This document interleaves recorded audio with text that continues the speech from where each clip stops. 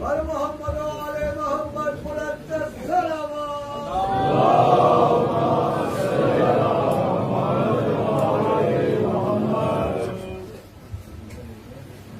बिस्मिल्लाहिर्रहमानिर्रहीम। अल्हम्दुलिल्लाहिल्लज़ी जअलना मिनल मुतमस्सिकीना बिविलायति अमीरुल मुमिनीन। अल्लाहुम्मा इय्याका नअबुदु व इय्याका नस्तईन। अस्सलातु वस्सलाम बितहिय्यति वल इकराम अला अशरफिल अंबिया वल मुरसलीन व औलादिहि तय्यबीन अत्ताहिरीन अल मासूमीन।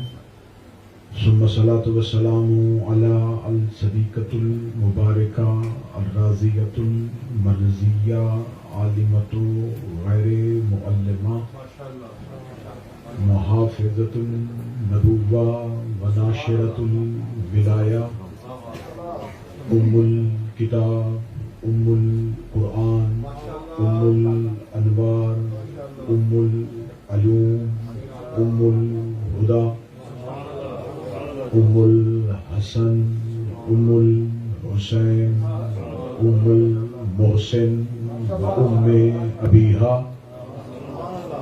अल सय्यदा फातिमा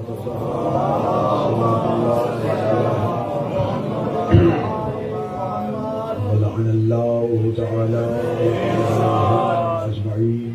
अम्मा बाद फ़क़द क़ाल हक़्क़ु सुब्हानहु तआला फ़ी किताबिहिल मजीद। बिस्मिल्लाहिर्रहमानिर्रहीम। अल्लाहु वलियुल्लज़ीना आमनू युख़रिजुहुम मिनज़्ज़ुलुमाति इलन नूर वल्लज़ीना काफ़रू औलियाहुमुल ताग़ूतु युख़रिजुहुम मिनन नूरि इलज़्ज़ुलुमात उलाइका अस्हाबुन नार हुम फ़ीहा ख़ालिदून।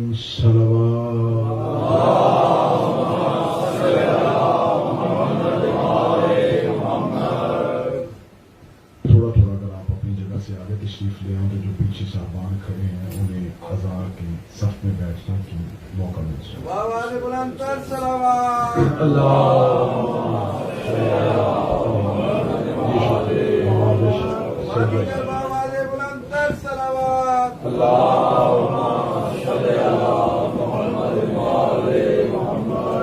दुआए मालिकाने इज्जत बारगाह इज्जत में आए हुए हर साहिब इज्जत की इज्जत को महफूज फरमाए।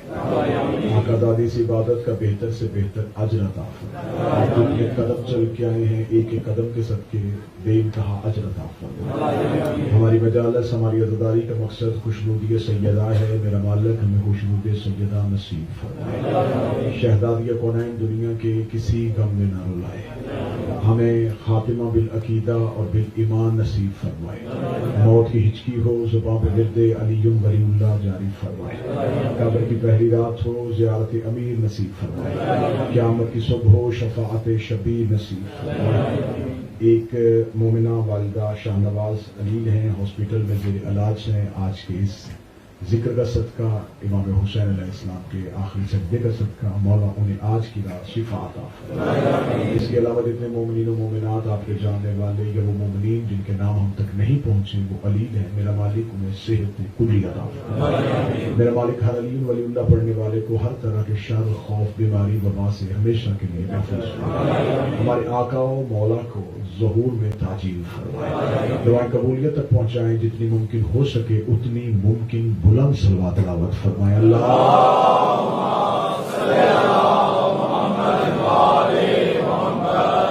इजाजत है अशरा मुहर्रम और हराम 1443 हिजरी की पहली मजलिस आपकी तवज्जुहात की नजर हो रही है। मैंने अल्लाह के कुरान से सूरह मुबारका अल बकरा से एक आया करीमा तिलावत की है जिसमें खुदावंद मुतआल बता रहा है कि अल्लाह वो वली है जो मोमिनीन को जुल्मत से नूर की तरफ लेके आता है और उसके मुकाबले पे तागूत और शैतान के ऐसे वली हैं जो नूर से जुल्मत की तरफ लेके जाते हैं। खुदा ने दो रास्ते इंसानियत को बताए कि एक वो रास्ता है जो जुल्मत से नूर की तरफ आता है और एक रास्ता वो है जो नूर से जुल्मत की तरफ आता है। एक रास्ते की सरपरस्ती अल्लाह करता है, दूसरे की सरपरस्ती शैतान करता है। अल्लाह के भी वली हैं, शैतान के भी वली हैं। अल्लाह के वली एक ड्यूटी सर अंजाम देते हैं कि वो जुल्मतों से निकालते हैं, नूर तक छोड़ आते हैं। और जो शैतान के वली हैं वो नूर से निकालते हैं और जुल्मतों में ले आते हैं। अगर आप कहें कि इसको और आसान करें तो मैं बहुत आसान कर देता हूं। ये सिरात अल्लज़ीना अनअमता अलैहिम है, ये गैरिल मग़ज़ूब अलैहिम। एक वो रास्ता है जिसकी आप दुआ नमाज में मांगते हैं, उनका रास्ता दिखा जिन पे तेरे इनाम नाज़िल हो। ये जो नेमतों वाले हैं ये अल्लाह के वली हैं, और जिसके लिए दुआ करते हैं मेरे अल्लाह उनका रास्ता न दिखाना, वो शैतान के वली है।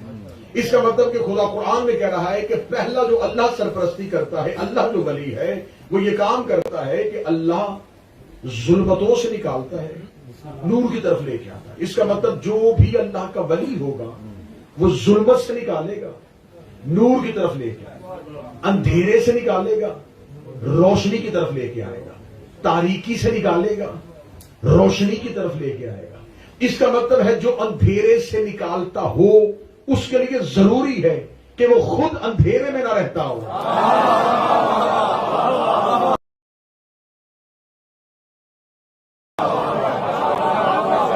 जो अंधेरों से निकालता हो उसके यहां ये खासियत होनी चाहिए कि निकालने वाला खुद वहां ना रहता हो, वो सिर्फ निकालने। इसका मतलब है कि जिसको चाहो अल्लाह का वली मानो, लेकिन पहली शर्त है वो कभी अंधेरे में रहा ना हो।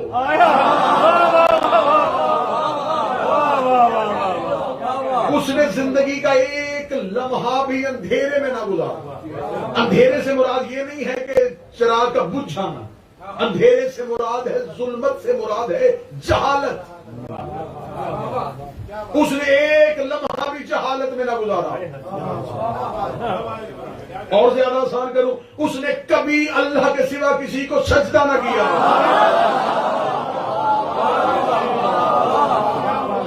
जुल्मत किसे कहते हैं, जुल्मत किसे कहते हैं, तारीकी किसे कहते हैं, अंधेरा किसे कहते हैं? अंधेरा रोशनी के बुझ जाने का नाम नहीं, जहां नूर हदायत ना पहुंचाओ, जहां हदायत का नूर ना आए वहां सिर्फ अंधेरा होता है।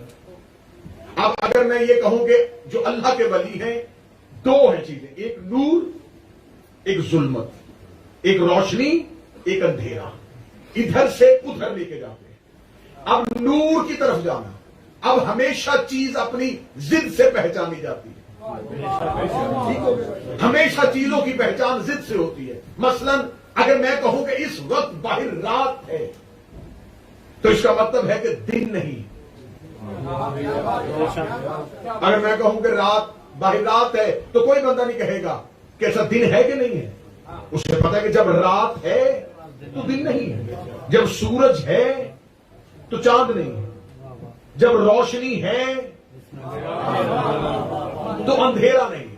अब अगर मैं अंधेरों को पहले बता दूंगा ना तो फिर कोई एतराज कर देगा कि देखिए जिन्होंने पहली ही मजलिस में तकलीफ देने वाली बात कर दी। तो मैं जुल्मतों की तरफ बाद में जाता हूं, पहले हम आते हैं नूर की तरफ। मैं कुरान से नूर पढ़ता हूं, फिर लंदन वाले इतना इंसाफ मुझे कर देना कि मुझे बोलना ना पड़े, मैं कुरान से नूर पढ़ूंगा, तुम समझ लेना कि जो इनके मुकाबले में है। क्योंकि चीज हमेशा पहचानी जाती है जिद से। इजाजत है जी नूर से? आइए अल्लाह के कुरान से पूछे मेरे अल्लाह तू बता ये नूर क्या है? आवाज़ कद जाअकुम मिनल्लाह नूरुम व किताबुम मुबीन। तहकीक हमने तुम्हारे दरमियान दो चीजें भेजी, तुम में से उठाई नहीं, भेजी। नूर उधर से इधर आता है। खुदा ने ये नहीं कहा कि हमने तुम में से एक को नूर बना दिया, फरमाया नहीं, जाकुम हमने भेजी, हमने नूर भेजा, व किताबुम मुबीन और एक रोशन किताब है। अब जिन्हें मोहम्मद वाले मोहम्मद का नूर बारे में नहीं था, उन मुफस्सिरीन ने तर्जुमा क्या किया, कद जाअकुम मिनल्लाहि नूरुम व किताबुम मुबीन, अल्लाह ने तुम्हारी तरफ नूर भेजा यानी कुरान। मैं बिल्कुल मुफस्सिरीन आमा की बात कर रहा हूं, नूरुम व किताबुम मुबीन। उन्होंने यहां जो वाव है ना नूर और किताब के दरमियान, इस वाव को बमानी यानी लिया गया, नूर यानी। अब मुझे अहले इल्म आप बताएं, अल्लाह से ज्यादा असूल कलाम कौन जानता है? उसे क्या जरूरत थी कि एक जगह पे मानी एक हो और लफ्ज दो दे? जब उसने कुरान ही कहना था वो सिर्फ किताब कह देता, उसे अलहदा नूर क्यों कहा? यहां जो वाव है ये और के लिए है, नूर और किताब। लेकिन उन्होंने कहा ना जी ना, ये तो आप जो आले मोहम्मद को नूर समझते हैं आप कहते हैं, हमारे यहां तो नूर से मुराद सिर्फ कुरान है। चल इससे ज्यादा भी तहादे बैन मुस्लिमीन क्या होगा? तू कुरान नूर मान, अगला मैं खुद बनवा लेता हूं। कुरान नूर मान, किसी एक जगह पे रुक जाना। अब अगर तूने कहा कि कुरान नूर है, अब कुरान पे रुक। कुरान नूर है, सारे कहते जी हाँ कुरान नूर है, नबी नूर नहीं, अली नूर नहीं, हसन नूर नहीं, हुसैन नूर नहीं, आले मोहम्मद नूर नहीं, अहले बैत नूर नहीं, कुरान नूर है। अब मुझे बताइए तो कुरान है ये कहां उतरा था? बच्चे को उठा के पूछो मुसलमानों के, वो कहेगा नबी के दिल पे। नबी कुरान पढ़ के नहीं सुनाते थे, नबी के अंदर था कुरान, नबी में था, नबी सुनाते थे। अब इतना मोहतात मैं जुमला देने लगा हूं और मैं देखूंगा कि कौन बंदा जाके मैंने सुना है। कुरान नबी में से है और मौलवी कहता कुरान नूर है। इसका मतलब मौलवी ये मान गया जो नबी में से हो वो नूर होता है।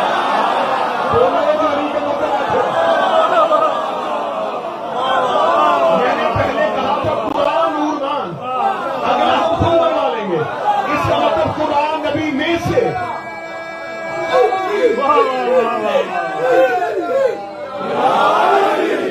नबी में से, कुरान नबी में से, जो नबी में से हो वो नूर होता है, जो नबी में से हो वो नूर होता है। रायती दाद लेने का मैं हक नहीं रखता, हक बनता हो तो इतना हाथ उठा देना कि मुझे ये पता चल जाए कि बात तुम तक पहुंच गई है। इसका मतलब जो नबी में से हो वो नूर होता है। इस मिंबर से छत तक किताबों का ढेर लगाऊंगा, तुम्हारी किताबों में लिखा है, नबी ने फरमाया था या अली अंत मिन्नी व अना मिनका, अली तो मुझ में से है, हसन मिन्नी, हसन मुझसे, हुसैन मिन्नी, हुसैन मुझसे, अल फातिमा तो फसा तो मिन्नी, फातिमा मुझसे।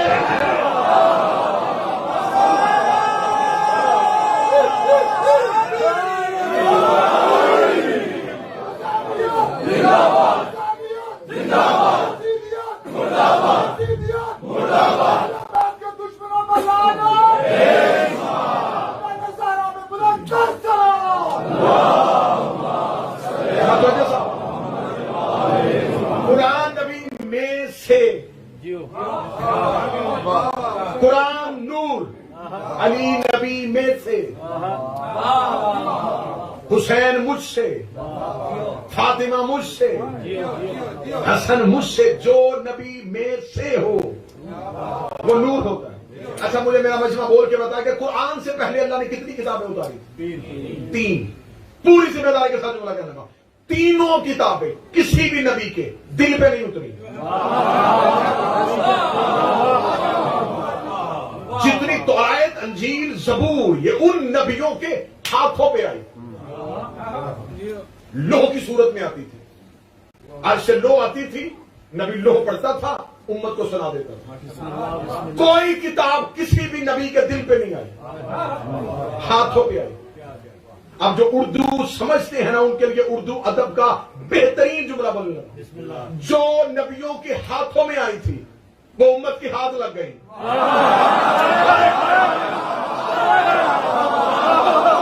जो किताबें नबियों के हाथों में आई वो उम्मत के हाथों लग गई, और जो चीज उम्मत के हाथ लग जाए फिर वो बर्बाद हो जाती है। इसलिए आज अंजील असल सूरत में नहीं, जबूर असल सूरत में नहीं, तौरात असल सूरत में नहीं। क्यों? हाथों में थी, उम्मत ने हाथों से छीन ली, अपनी मर्जी के तर्ज में अपनी मर्जी की आयतें डाल ली, इसलिए किताबें तहरीफ हो गई। खुदा ने कहा अगर कुरान भी नबी के हाथों में उतारा, नबी की उम्मत कुरान बदल ना दे, मैंने कुरान को कानून बनाना है और इसे क़यामत तक महफूज रखना है। उसने कुरान वहां भेजा जहां उम्मत की रसाई नहीं थी।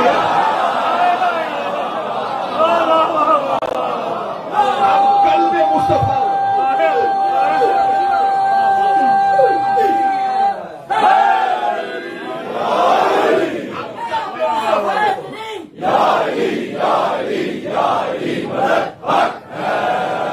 मुस्तफा तक तो किसी की रसाई नहीं थी। उम्मत की रसाई कहां थी? नबी के दिल तक ना।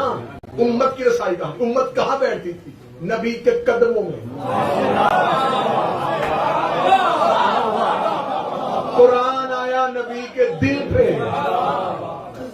और उम्मत में और कुरान के वारिसों में इतना ही फर्क है जितना पांव और दिल में है।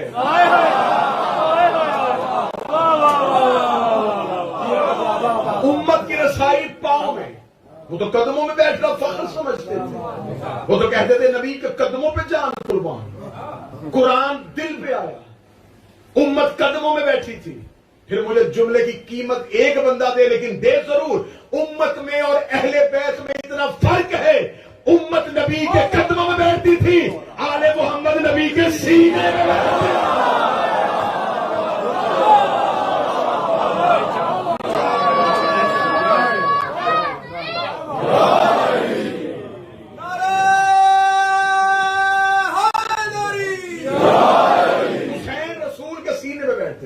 रसूल के सीने में बैठे। कुरान नबी में से है। नबी लोह पढ़ के कुरान नहीं सुनाते थे। पूरे का पूरा कुरान नबी के दिल में था। ये जो आयत जबरील लेके आता था, ये जबरील आयत नहीं लेके कि नबी को उससे पहले आयत पता नहीं थी। जबरील आगे कहता था नहीं, जबरील सब ये जो करते वो जो दिल में है ना, उनमें से अब ये सुना।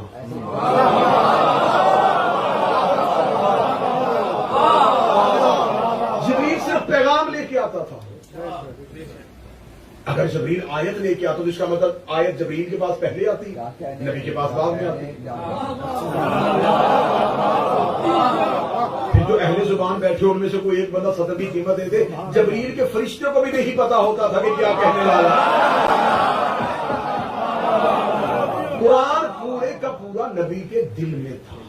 जबरील सिर्फ पैगाम देता था कि खुदा कहता है कि अब इसमें से एक आयत सुना, रसूल कह देते थे। इसका मतलब कुरान ये पढ़ा हुआ कुरान नहीं सुनाते। जब मजमे को और बेदार करता हूं, रूहों को ताजगी देता हूं, चेहरों पे यूं मोहब्बत की मुस्कुराहट। मैं मिंबर से देखूंगा हर बंदे के चेहरे पे। कंबर निकला है अली के घर से। बाजार से एक शख्स ने देखा, कंबर जी कहां से आया है? मैं बादशाह के घर से, मौला के पास बैठा था। अच्छा जब तू आया तो अली क्या कर रहे थे? कंबर देखेगा, कुरान खोल के बैठे थे। मैंने पहले कहा मुवद्दत की मुस्कुराहट आ जाएगी, तुम्हें पता ही नहीं चलेगा कि कंबर कैसे तुम्हारे अकीदों को गुरमाने लगा है। कंबर का जब मैं आया था तो मेरा बादशाह कुरान खोल के बैठा था। उस बंदे ने कहा अली का नौकर है, अली के पास बैठता है, इतना भी नहीं बता सकता। सीधा कहता कि अली कुरान पढ़ रहे थे। कंबर देखता अली के सच्चे नौकर होकर झूठ कैसे बोलूं? मैं क्यों कहता कि अली कुरान पढ़ रहे थे? उसने जब खोल के बैठे थे फिर क्या कर रहे थे? उसने मुझे नहीं पता अली कुरान पढ़ रहे थे या कुरान अली।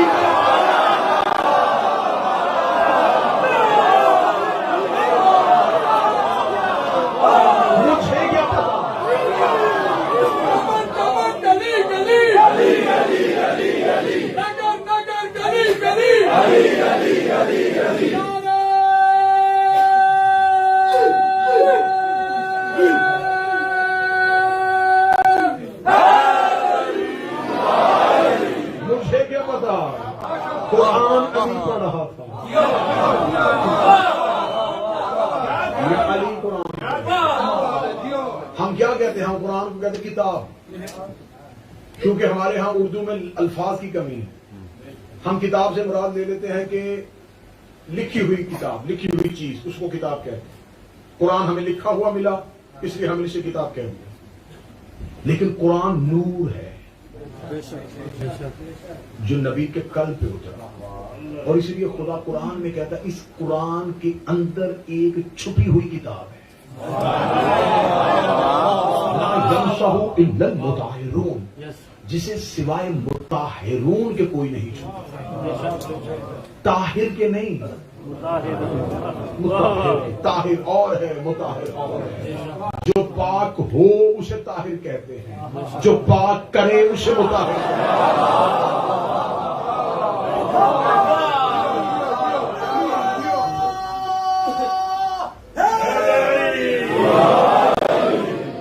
यहां पर कोई लाके 12 मन भी दूध रख दे, उसे वजू तो नहीं होगा। क्या बात है, बड़ी बात है। उसे पिया जा सकता है, वो ताहिर है, पाक है, पाक कर नहीं सकता। पानी का एक गिलास भी हो, खुद भी पाक है, पाक कर भी सकता है।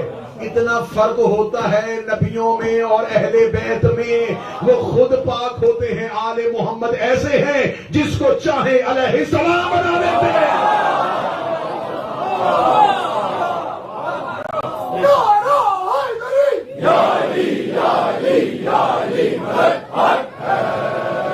हमने कुरान को नबी के दिल पे उतारा, नबी के दिल पे उतरा। किताब नूरुम व किताबुम मुबीन। यहां मैं लफ्ज़ कहूंगा कि अक्सर ये जुमला आपको सुनने को मिलता है कि हमारे भी कांधों पे करामन कातबैन बैठे हैं, 2 फरिश्ते बैठे हैं। कातबैन क्यों कहते हैं? वो लिख रहे हैं, एक दाएं पे एक बाएं पे, एक नेकी एक बदी। मेरे मालिक तूने लिखने वाला क्यों बिछाया? हमें लिखने वाला इसलिए बिछाया कि क़यामत वाले दिन में अगर मैदान महशर में इस बंदे को खड़ा करके पूछूं कि तूने फला गुनाह किया, अगर ये मुकर गया, गवाह कहां से लाऊंगा? नेकी वाला फरिश्ता नेकियों पे गवाही देगा, बदी वाला फरिश्ता गुनाहों पे गवाही देगा। ये सारे फिरके मानते हैं कि 2 फरिश्ते बैठे हैं कांधों पे जो लिख रहे हैं। ये कोई भी नहीं कहता कि वो दाएं बाएं बैठे हैं, कांधों पे बैठे हैं, कांधों पे बैठे हैं। दिखाओ, कहते जी ये नजर नहीं आते लेकिन हैं। इसका मतलब तेरे मजहब में भी कुछ ऐसे हैं जो नजर नहीं आते। ना, अभी तक मेरा ख्याल बात वहां तक पहुंची नहीं, हाथ नहीं हो गई। तेरी भी जिद की, अगर जिद करने पे आए तो इतनी जिद कर ले, तू 2 ना नजर आने वाले मान ले, फिर भी मुसलमान। हम एक ना नजर आने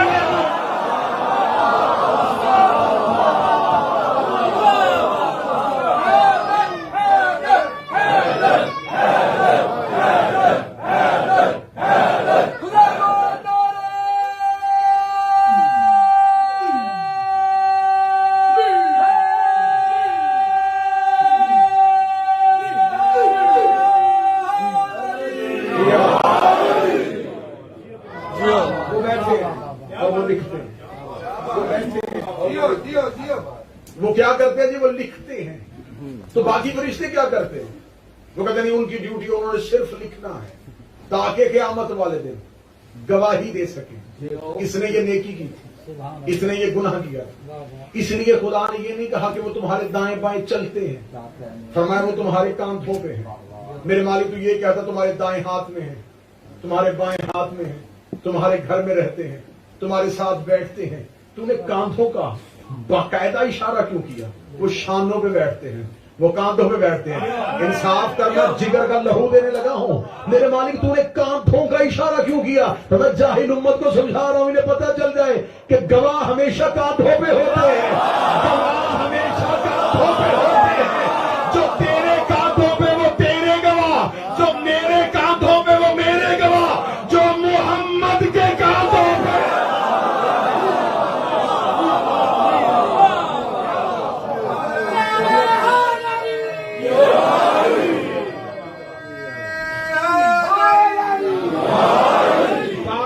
कहां से मोड़ा था? उम्मत कदमों में बैठती है, आले मोहम्मद कांधों पे बैठते हैं। अली भी रसूल के शानों पे आए थे, हसन भी रसूल के शानों पे, हुसैन भी रसूल के। इससे किसी फिरके ने इनकार किया ही नहीं। फतह मक्का पे सबने लिखा कि मौला अमीरुल मोमिनीन ने रसूल के कांधों पे खड़े होके बुद्ध तोड़े।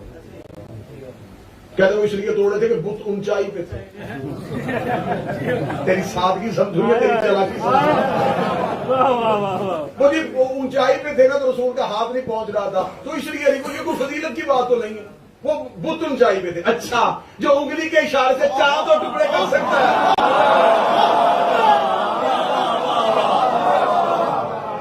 वो बुत नहीं तोड़ सकता। इसका मतलब है कि किसी छोटे कद वाले ने ये रवायत लिखी।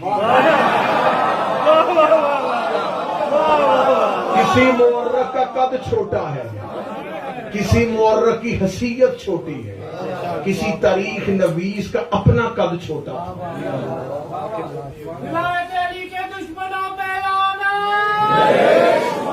जब ज़ाहिरी चीजें देखी, ज़ाहिरी चीजें लिखी,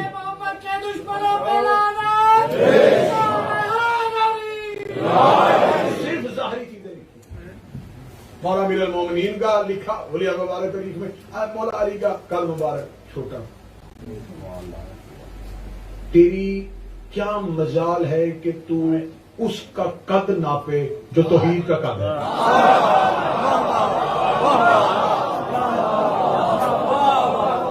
तुझे इसकी जुर्रत किसने दी कि तू कुल हो वल्लाहु अहद का कद नापे।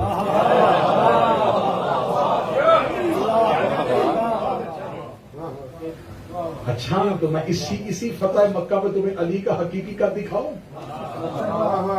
तुमने इतना तो कह दिया कि कद छोटा था, लेकिन तेरा शिबली नुमानी तो लिख गया कि जब रसूल ने अली को शानों पे खड़ा किया और पूछा अली कहां पहुंचा, फरमाया पांव मोहरे रिसालत पे हैं, हाथ अर्शे तौहीद में।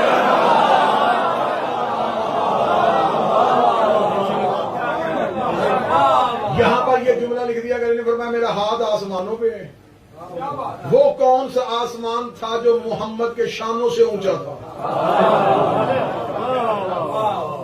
जिसकी ज्योति एक रात में सिदरतुल मुंतहा को पांव के नीचे रोंदती ही गुजर जाए।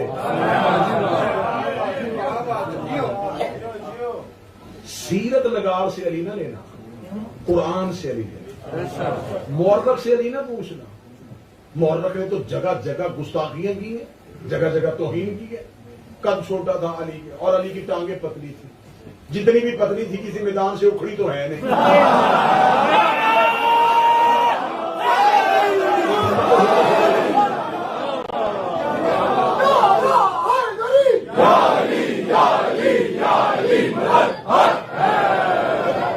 और आपको ये तारीख नवीस से ये बहुत बड़ी गलती हुई है, मैं उसे मुखलसाना मशवरा देने लगा हूं। वैसे तो मेरी बातें बहुत चुभती हैं, लेकिन चले ये बात भी जितनी पहले चुभी है तो फिर एक ये भी सही, जंग टांगों से नहीं होती, हाथों से होती है। भागा टांगों से जाता है।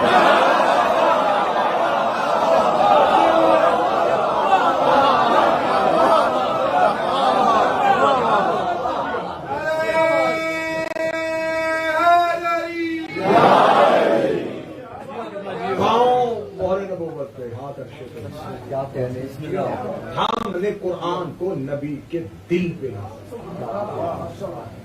नूरुम व किताबुम मुबीन, एक नूर भेजा और एक रोशन किताब भेजा, क्योंकि किताब अंधेरे में पढ़ी नहीं जानी थी,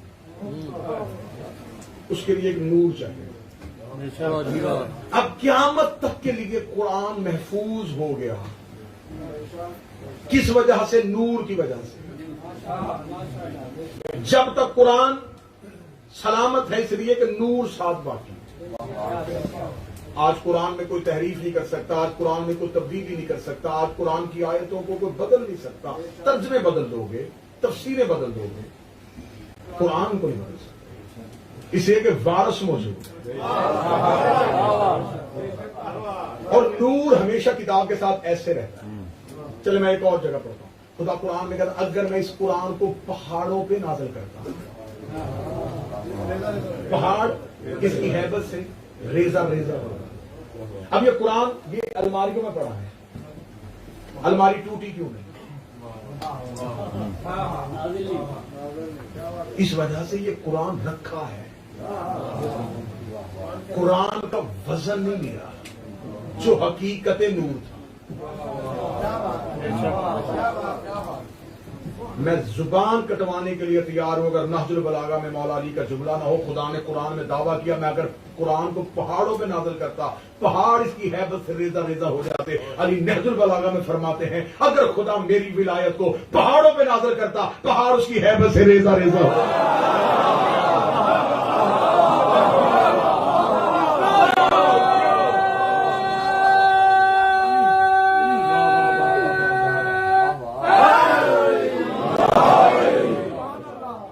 जैसे कुरान को संभालने के लिए मुस्तफा जैसा दिल चाहिए,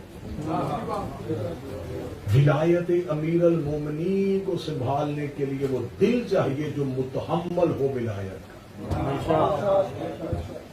इसलिए मौला अमीर अल मोमिनीन ने फरमाया, मज़हब शिया की मोतबर किताबों में हदीस मौजूद है, मौला फरमाते हैं आले मोहम्मद में से कई आइमा ने इस हदीस को नकल किया कि सिवाय उन मोमन के जिनकी रूहों को चुन लिया है, उसके अलावा हमारी विलायत का बोझ कोई उठा ही नहीं सकता।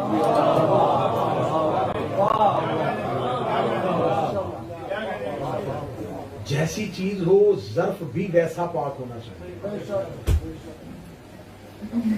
अगर आपके पास वुजू के लिए पानी है तो आपको वो बर्तन चाहिए जो इतना पाक हो कि उसमें वुजू का पानी आ जाए।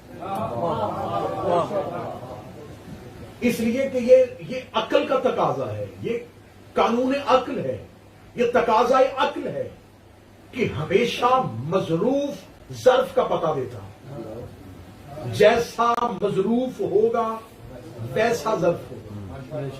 अब कुरान भेजना है खुदा ने किसी ज़र्फ में, कुरान का दावा है कि मैं मुकम्मल पाक हूं, ज़र्फ भी वैसा चाहिए। इसका मतलब है कि हमेशा मजरूफ ज़र्फ का पता देता। तो जब तुम अपना वजू का पानी किसी निजस बर्तन में नहीं रख सकते, तो अल्लाह को नहीं पता था कि नबी का नूर किन शजरों में रखना है?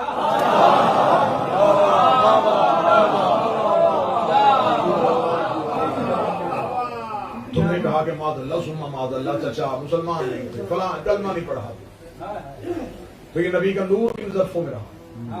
अगर कुरान से जाके पूछ तो खुदा कसम खा के यासीन वल कुरानिल हकीम इन्नका लमिनल मुरसलीन। और मेरा सैयद और सरदार, मुझे हिकमत वाले कुरान की कसम है, तू मुरसलीन में से है। इसका मतलब है नूर से मुराद है मोहम्मद वाले मोहम्मद का नूर। अब इस आयत को दोबारा समझिएगा, मैं इतना आगे जाके फिर वापस आने लगा हूं। खुदा कहता अल्लाह वो वली है जो लोगों को आले मोहम्मद के दुश्मनों से निकाल के आले मोहम्मद की तरफ ले गया। मैंने साबित किया रसूल नूर, अली नूर, सैयदा नूर, हसन नूर, हुसैन नूर, नूर की जिद जुल्मत, नूर की जिद तारीकी, नूर की जिद अंधेरा। अच्छा, ये भी मुझे मुसलमानों का फलसफा समझ में नहीं आता कि अगर हम कहें ना नबी नूर है, वो कहते नहीं बशर है। बशर नूर की जिद ही नहीं। तुम्हें किसने कह दिया है कि बशर नूर की जिद है? मसलन मैं कहूं कि जी बाहर रात है, आपके नहीं जी बाई ट्रैफिक का रश है, तो ये जिद ही नहीं बनती। मैं क्या कह रहा हूं और आप जिद में क्या कह रहे हैं? हम कह रहे हैं कि नबी नूर है, जवाब में आगे से कह रहे नहीं बशर है। बशर नूर की जिद ही नहीं। अगर दुश्मनी करनी तो खुल के कर। नूर की जिद है जुल्मत।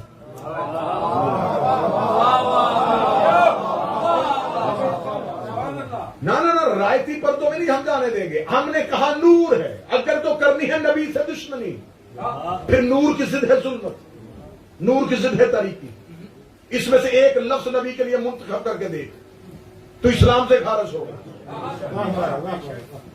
नबी नूर, अली नूर, सैयदा नूर, हसन नूर, हुसैन नूर, और ये कानून अक़्ल, कानून शरीयत, कानून कुरान ये है जो नूर के मुकाबले पे हो वो जुल्मत है, वो तारीकी है, वो अंधेरा है। इससे ज्यादा तो हारे बयान मुस्लिम अंदर वालों मुझसे होना ही नहीं है। नाम नहीं लेने लगा लेकिन इशारे करने लगा। अब हमें जुल्मतें देखने की जरूरत ही नहीं है। जो अली के मुकाबले पे आया वो जुल्मत भी है, तारीकी भी है, अंधेरा भी है। जो सैयदा के मुकाबले पे आया वो जुल्मत भी है, तारीकी भी है, अंधेरा भी है। जो हसन के मुकाबले पे आया वो जुल्मत भी है, तारीकी भी है, अंधेरा भी है। जो हुसैन के मुकाबले पे आया वो जुल्मत भी है, तारीकी भी है, अंधेरा भी है।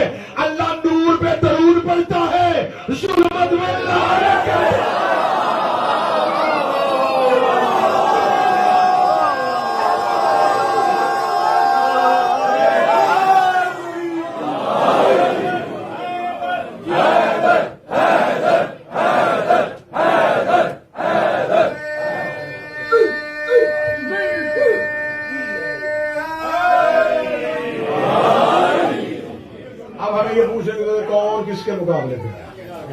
हम नाम ही नहीं ले रहे, जो भी आया नूर के मुकाबले पे आया। हमें पूछने की जरूरत नहीं कि किसके मुकाबले में, जो भी इनके मुकाबले पे आया वो इनके मुकाबले पे नहीं आया, वो नूर के मुकाबले पे। और जो नूर के मुकाबले पे आया वो जुल्मत है, वो तारीकी है, वो अंधेरा है। मेरा मजमा मेहनत जाया ना करे। मैंने इब्तदा में तकरीर के कहा था कि जुल्मत कहते हैं जहालत को। रसूल जब मक्का में आए थे तो उस वक्त मक्का में जुल्मत का अंधेरा था, ना उन तक अल्लाह आया था, ना उन तक रसूल आया था, ना उन्हें कुरान का पता था, ना वो वही पे यकीन रखते थे, ना उन्हें पता था कोई फरिश्ता है, ना उन्हें माँ की इज्जत का पता था, ना उन्हें बेटी के एहतराम का पता था, ना उन्हें बीवी के रिश्ते का तकद्दुस का पता था। ये जाहिलियत में रहते थे, ये अंधेरे में रहते थे। अब जो आले मोहम्मद के मुकाबले पे आया वो अंधेरे में चला गया। इसका मतलब जिसने इनके मुकाबले पे आने की कोशिश की वो समझे ना उसके पास अल्लाह आया है, ना उसके पास रसूल आया है, ना उसके पास वही आई है, ना उसके पास किताब आई है, ना उसके पास फरिश्ता आया है। वो कलमा पढ़ भी ले तो उसकी हैसियत मक्के के उस काफिर जैसी है।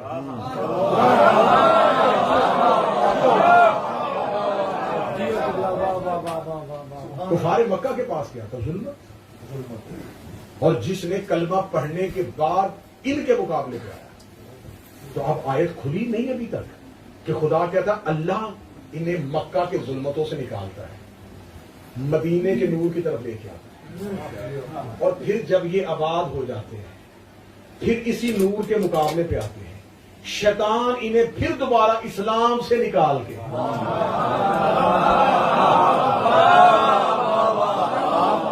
मैंने तो आज तकरीर की तबहीर मुकम्मल कर दी है, मैंने तकरीर की तबहीर मुकम्मल कर दी है। काफिर मुसलमान होते देख रहे हो, खुदा कहता मुसलमान भी काफिर हो जाते हैं। अच्छा आयत नहीं समझ में आई तो फिर एक हदीस सुना देता हूं, एक हदीस आयत ही के ज़िम्न में हदीस सुना देता हूं। खुदा कुरान में कहता मेरा मोहम्मद ये तो तुझे छोड़ के भागे, अल्लाह यहदिल कौमिल काफिरीन, अल्लाह काफिरों को कभी हदायत नहीं करता। आयत है कुरान की, खुदा ने ये नहीं कहा अल्लाह गुनाहगारों को हदायत नहीं करता। इसका मतलब जो भी मुस्तफा को छोड़े वो काफिर हो। यहां तक कि तरीकुल खुलफा अल्लामा जलालुद्दीन सियूती की किताब है, यहां लाइब्रेरी नहीं है लेकिन मेरे फोन पे डिजिटल लाइब्रेरी है, मैं अभी भी किताब दिखाने के लिए तैयार हूं। तरीकुल खुलफा अल्लामा जलालुद्दीन सियूती लिखते हैं कि जब ओहद के मैदान में सब चले गए थे तो जख्मी रसूल के पास अली आए और जख्मी रसूल ने आंखों को उठा के अली की तरफ देख के सवाल किया, या अली जब सब चले गए थे, जब सब चले गए थे, जब सब चले गए थे। जुमला मेरा नहीं है, नाम मेरा जुमला है ही नहीं, जुमला जलालुद्दीन सियूती का है। वो कहता है कि रसूल ने कहा जब सब चले गए थे, इसका मतलब रसूल ने कहा ना सब चले गए थे तो सब चले गए थे।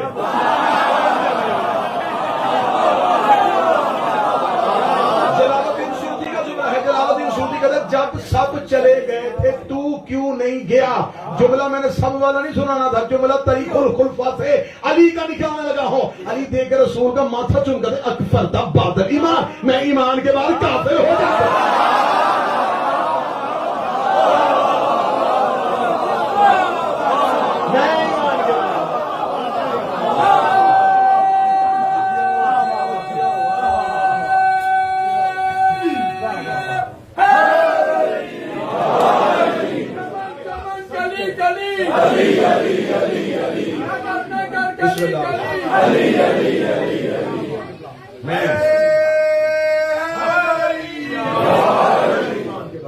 ईमान के बाद काफिर हो गया। अली ने जुमला कह के बता दिया कि जो मोहम्मद को छोड़ के वो मुस्तफा निकाल के जुमला की तरफ लेके जाते। अब अली ने क्या कहा ओहद में जब सब चले गए तो अली ने कहा अकबर था बात अली, मैं ईमान के बाद काफिर हो जाता। मौलाना ने जुमला क्यों कहा? इसका मतलब जो नबी को छोड़ के गए, वो अब्दुल्ला के बेटे को छोड़ के नहीं गए, वो मोहम्मद रसूल अल्लाह को छोड़ के गए और नूर को छोड़ के गए। नूर को छोड़ के किधर गए? जुल्मत में गए। कैसे गए थे? किसने भेजा था? आयत ने क्या कहा था? इब्लीस ने, शैतान के वली इनको निकालते हैं ओहद के मैदान में। रसूल ने बाद में आके जब आए, या रसूलल्लाह माफ कर दीजिए, हमसे गलती हो गई, हम आपको छोड़ के चले गए थे। अहले सुन्नत किताबों के हवाले रिसालत इमाम ने फरमाया, मुझे बताओ तुम जीती हुई जंग छोड़ के भागे क्यों थे? उन्होंने कहा, या रसूल अल्लाह, अगर आप माफ करें हम वजह बताते हैं। रसूल ने कहा, वजह क्या थी? उन्होंने कहा, वजह ये थी कि ओहद के मैदान में हमें एक आवाज सुनने को मिली, कद कोतेला मोहम्मद, मोहम्मद कत्ल हो गए, मोहम्मद मर गए। जब हमने आपके कत्ल की आवाज सुनी तो हम डर गए। हमने कहा, जब नबी ही मर गए, जब नबी ही कत्ल हो गए, फिर हमने रह के क्या करना है? हम मैदान छोड़ आए। या रसूल अल्लाह, कसूर हमारा नहीं, कसूर उस बंदे का है जिसने ये आवाज दी। रसूल बंदा नहीं, शैतान था।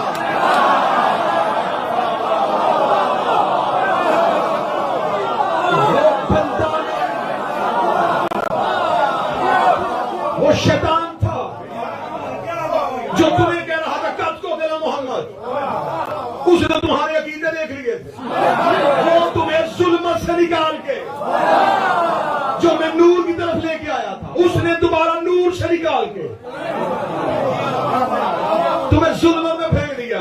कहेंगे यार रसूल हमारा क्या कसूर है? हमें क्या पता कि बंदा बोल रहा है या इब्लीस बोल रहा है? रसूल ने कहा, अगर यही तुम्हारा अकीदा है कि तुमने इसलिए मैदान ओहद को छोड़ दिया था कि जब मोहम्मद ही मारे गए, फिर हमने क्या रहना है? फिर अली से पूछे हैं, ऐ अली आवाज तूने भी सुनी थी? फरमाया, हाँ मैंने भी सुनी थी। फरमाया, फिर तू क्यों नहीं गया? फरमाया, मैंने समझा जब मोहम्मद ही रहना गए तो फिर मेरे जिंदा रहने का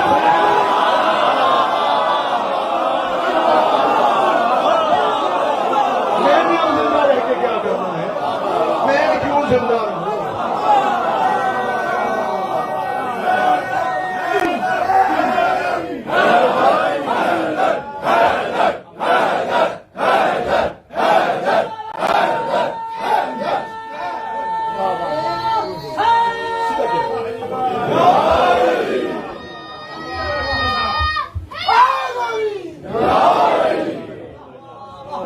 इसका मतलब है कि अल्लाह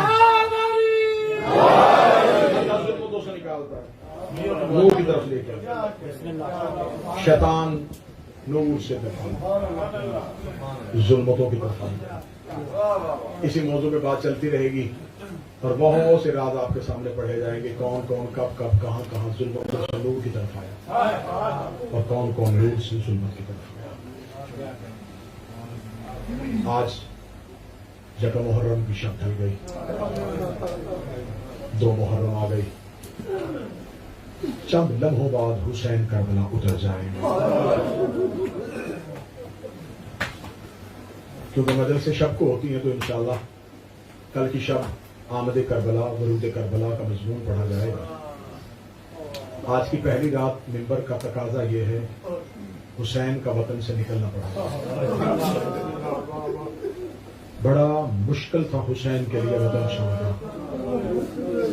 कौन सा मदीना जहां नाना की कब्र थी, जहां मां की कब्र थी, जहां हसन का मिजाज था,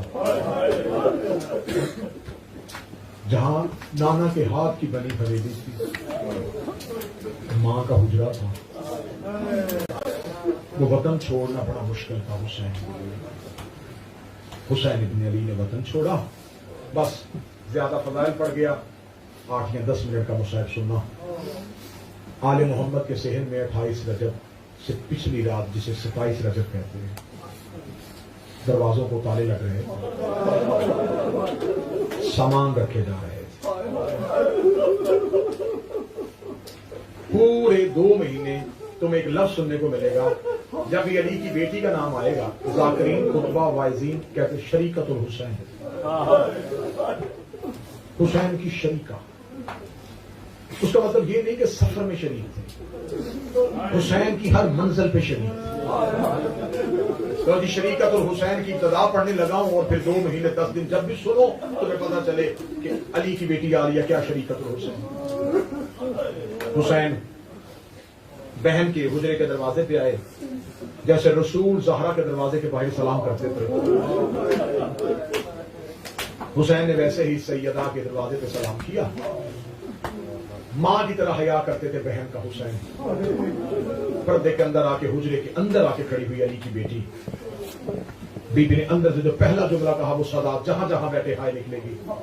बीबी रो के कहती है हुसैन सलाम पहले भी करते थे, आज तेरा सलाम करना बता रहा है तू मजलूम हो रहा है। हुसैन आज तेरे लहजे में मजलूमियत है। हुसैन की आवाजें पहचान गई, अली की बेटी, मैं गरीब हो गया। फौरन हुजरे का पर्दा उठाया, हुसैन का हाथ पकड़ के हुजरे के अंदर ले गया। भाई की दाढ़ी चुन के कहती है मेरे होते हुए खुद को गरीब न कहना। जब तक मैं जिंदा हूं हुसैन गरीब नहीं कहना। हुसैन बता हुआ क्या? हुसैन रो के कहते आपको खबर है दरबार में बुलाया था, मुतालबा किया है इन्होंने बैयत का, मैंने कर दिया इनकार। नाना का हुक्म, वादा परवरदिगार, अंबिया की मेहनत, बाबा की विलायत, माँ का हक मनवाने के लिए अब वतन छोड़ना पड़ेगा। बीबी रो के कहती वतन छोड़ने के लिए तो मैंने भी माँ के जख्मी पहलू के हाथ रख के कसम खाई थी, बाबे के सर पे पट्टी बांधे हुए कसम खाई थी।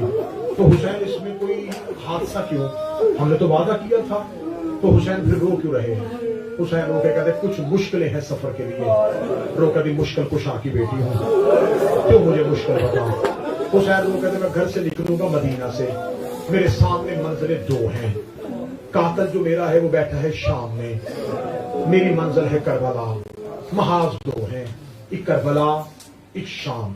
फौज मेरे पास एक है, मैं करबला जाऊं शाम फतह नहीं होती, मैं शाम जाऊं करबला का सजदा मुकम्मल नहीं होता।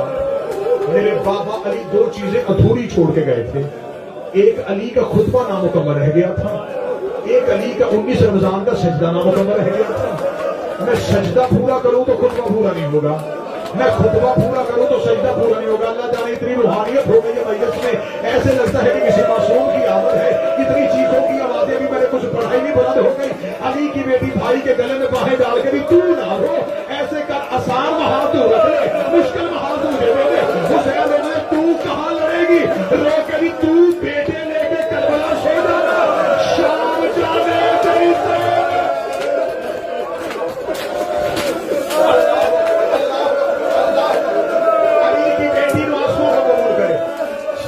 तुम्हें कभी किसी का मोहताज न करे, जो चीखे मार के रो रहे हो नबी की बेटी तुम्हारे आंसू रो कहते ऐसे कर, सजदा जाने तू जाने, खुतबा जाने मैं जानू, बाबे के लहजे में दूंगी, बाबे की आवाज में दूंगी। हुसैन मैं तेरी बहन हूं, मैं वादा करती हूं इतना मुकम्मल खुतबा दूंगी, कातल के घर जाके दूंगी, शाम की तरफ दीवार न हिलाऊंगी, मुझे अली की बेटी न कहना। हुसैन शाम बाबा से फतह नहीं हुई, बाबा चाहते थे शाम जाए, कूफा तक रुके।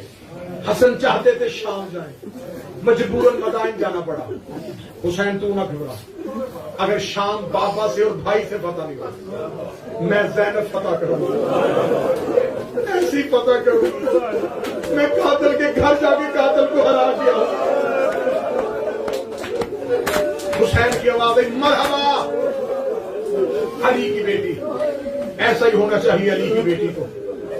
बीवी कभी हुसैन मुश्किल खत्म, हुसैन वो कहते नहीं ज़ैनब पहली मुश्किल हल कर दी, दूसरी मुश्किल। हुसैन दूसरी मुश्किल बताओ, फरमाया फौज एक महाल तो फौज करबला रखूं या तेरे साथ शाम भेजूं। रो के हुसैन से कहती जमीन पे बैठ, हुसैन रेत में बैठ गए, सामने बैठ के कहती मैं जन्नत और दोज़ख तकसीम करने वाले की बेटी हूँ, अगर तुम मुझे इजाजत दे तो मैं फौज तकसीम करूं। अब मुझे नहीं पता कौन पता सीने में हाथ मारेगा, कौन हाय कहेगा। जब कहना मैं जन्नत और दोज़ख तकसीम करने के वाले की बेटी तुझे फौज तकसीम करके दूं। हुसैन रो कहते आलिया कैसे तकसीम करेगी? रो कहती ऐसे कर, अब्बास तू रख ले, रुकैया मुझे दे दे, तू रख ले, लाला मुझे दे दे, कासिम तू रख ले, फरमा मुझे दे दे, असगर तू रख ले, सकीना मुझे दे दे, हुसैन अगर हो सके एक सजाद मुझे दे दे, मुझे शाम की गलियों में तेरी याद है, मैं तेरे लाल का चेहरा देखो। हुसैन मैं वादा करती हूँ मेरी नस्ल बचे ना बचे, मैं तेरा सजाद बचा के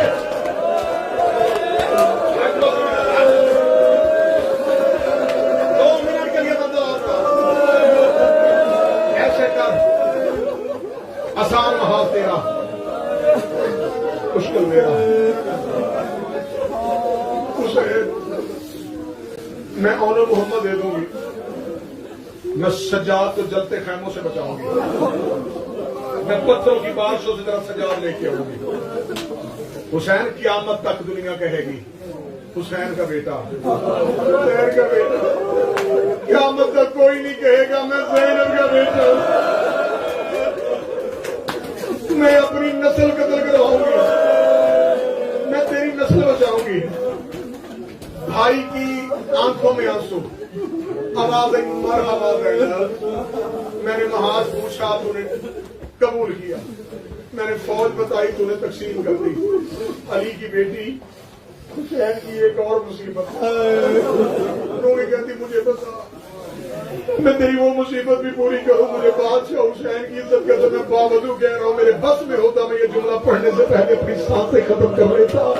हुसैन बेचैन हो के ज़ैनब के सामने रो के कहते हैं, ज़ैनब अब्बास को कौन बताएगा, मदीना छोड़ के जाना है।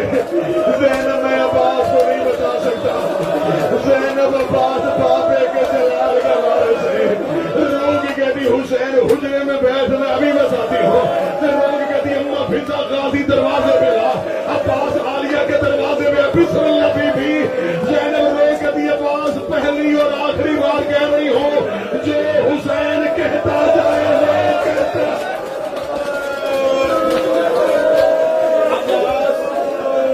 अब्बास मैं तेरे लहजे में ना सुनूं। अब्बास तुम्हें हुसैन से क्यों क्या कैसे नहीं कहना, बस जो कहे वो मान। सर झुकाया गाजी, किताबें कहती युद्ध थर थर बदन कांपा। कि मैंने कौन सी नाफरमानी की? आलिया ने मुझे भी जुमला क्यों कहा? अली की बेटी को कहती उठिए हुसैन, हुक्म करें अब्बास को, मैं जामन हूं, मेरा गाजी क्यों कहेगी करेगा। इधर मौला हुसैन ने आलिया के हुजरे से बाहर कदम निकाला। अब्बास ने सर से मामा निकाल के हुसैन के कदमों में कहा, मैंने इनकार कब किया था? तूने बहन से सिफारिश क्यों करवाई है? तू बतूल का बेटा, आगे तेरी कमीज का बेटा। आखिरी जो आखिरी जिसके लिए मेहनत की है, क्योंकि कल रवानगी नहीं पढ़ी जाएगी, कल वजू के करबला पढ़ेंगे। आज रवानगी छोड़ दी मैंने ऊंटों का उठना नहीं पढ़ा, मैंने अली की बेटी का सवार होना नहीं पढ़ा, मैंने सुगरा का विछोड़ा नहीं पढ़ा, मैंने हुसैन का माँ की कब्र का विदा नहीं पढ़ा, मैंने हुसैन का नाने की कब्र से उठना नहीं पढ़ा। अगर मैंने सारे मजमून छोड़े तो इतना मेरा साथ देना कि मैं अली की बेटी में अब्बास की चुप दिखा दूं। कौन कहता है कि अब्बास करबला जाके कत्ल हुआ है? मर गया था गाजी 28 रजब को, कत्ल हो गया था अब्बास 22 रजब को। अब्बास जो हुसैन कहे, आवाज़ बिस्मिल्लाह, मेरा मालिक हुक्म फरमाया अब्बास वतन छोड़ना है। अब्बास रो कहते हिजरत के लिए तैयार। अब्बास हम अकेले नहीं जाएंगे, अब्बास हमें लश्कर तरतीब देना है। अब्बास ने कहा मौला इसमें सिफारिश की क्या बात है? मैंने ऐसे लायक शागिर्द तैयार किए हैं, तू मदीने में बैठा रहे, मैं अपने शागिर्द लेके जहां गया था तू मुझे सारे बनी हाशिम भी न दे। एक मैं उठूंगा, एक मोहम्मद बिन हफिया जाएगा, एक अकील का बेटा मुस्लिम होगा, एक तेरा अली अकबर होगा। तू मुझे शहर बता, शाम से पहले अलम न लगा, मुझे आवाज न कह। हुसैन ने कहा अब्बास कागज कलम उठा, जैसे अली कातिब बनते थे रसूल लिखवाते थे। अब्बास अली बन गए, हुसैन मुस्तफा बन गए। हुसैन कुर्सी पे बैठ गए, अब्बास जमीन पे बैठ गए। हुसैन ने कहा लिख हाशमियों की फरिश्त। अब्बास एक नाम लिखता, हुसैन कोई नाम ना लिखवाता। अब्बास कहते बोला उसे नहीं लेके जाना, तो मैं अब्बास चुप, जो लिखवाऊं वो लिख। अब्बास ने हाशमियों की फरिश्त मुकम्मल की। अब्बास के चेहरे पे इंतकाम की जल्दी। अब्बास समझ रहा था हम लड़ने जा रहे हैं। अब्बास चाहता था सफीन के बदले, अब्बास चाहता था जबल के बदले, अब्बास चाहता था जलते हुए दरवाजे के बदले, अब्बास चाहता था हसन के जनाजे के बदले। अब्बास कहता मौला मुझे हुक्म करना है, लश्कर उठाना कर है। इधर अब्बास ने फरिश्त मुकम्मल की, इधर हुसैन ने आलिया के हुजरे की तरफ देखा। बीबी ज़ैनब हुजरे का पर्दा उठा के कहती हुसैन ना घबरा, मैं देख रही हूँ। अब्बास ने देखा कि इधर आलिया हुजरे के अंदर आ गई है। हुसैन से कहने का मौला नाम तो सारे लिख लिए, अब कौन सा नाम लिखना है? हुसैन की आवाज ने उठा कागज कलम लिख ज़ैनब अल्लाह जाने वो बंदा बड़ा अमीर है, अल्लाह तआला कर सका तुझे जगत मुहर्रम ज़ैनब के नाम पर लगाई गया। जब का लिख ज़ैनब बिन्त अली, अब्बास के हाथ से कलम जमीन पे गिरा। ज़ैनब की आवाज़ लिखता है या मैं